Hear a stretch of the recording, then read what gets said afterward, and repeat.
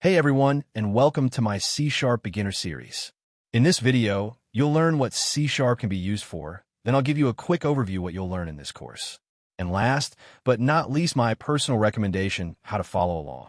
So what exactly is C-Sharp? C-Sharp is a modern programming language developed by Microsoft.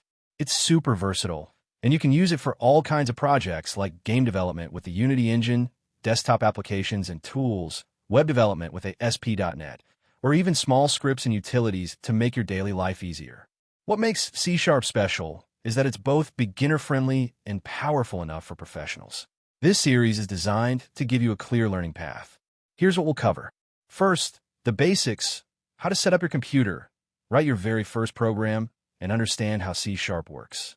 Then, we'll go step by step through things like variables, conditions, loops, methods, and classes. And finally, we'll build some mini projects together, so you can actually see how the theory turns into real code. So my recommendation for you is, don't just watch the videos. Try out the examples yourself, type the code, and play around with it. Programming is all about practice. So that was the first video of this series. Hope you enjoyed it, and don't forget to subscribe for the next part.